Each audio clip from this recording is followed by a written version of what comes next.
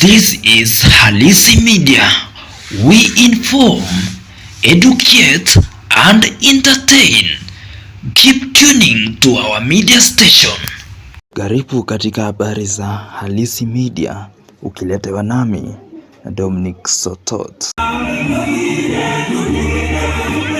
Kaunti ya Uasin Gishu leo siku ya Jumanne imeungana na ulimwengu mzima kuadhimisha siku ya wajane kote ulimwenguni katika hafla iliyoongozwa na naibu gavana Evans Kapkei katika bustani la kaunti jijini Eldoret, ambapo kauli mbiu katika hafla hiyo ilikuwa kuinua wajane kiuchumi ili kuwezesha kujikimu kimaisha.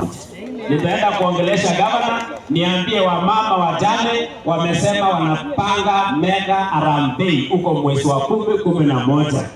Na yeye ndiye ataongea na deputy president, aongee na president, aongee na magavana wengine, aongee na MPs, tuone kwamba tutawasaidia namna gani. Lakini mjipange na mjiweke kwa groups. Sawa sawa?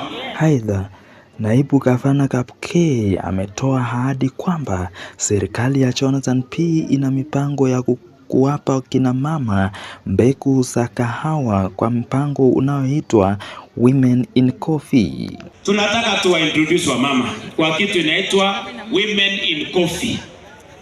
Women in Coffee. Wa mama kwa mambo ya kahawa.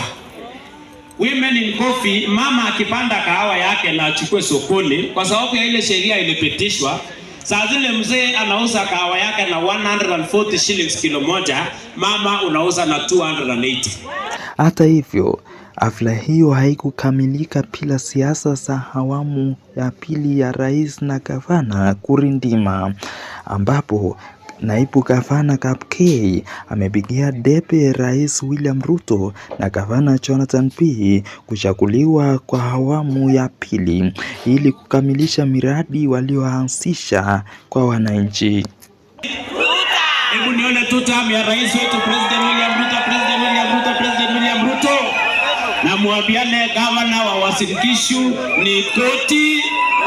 Tutamia koti moja, tutamia koti moja, koti moja, koti moja, koti moja. Huu ni mwisho wa habari zetu za Halisi Media.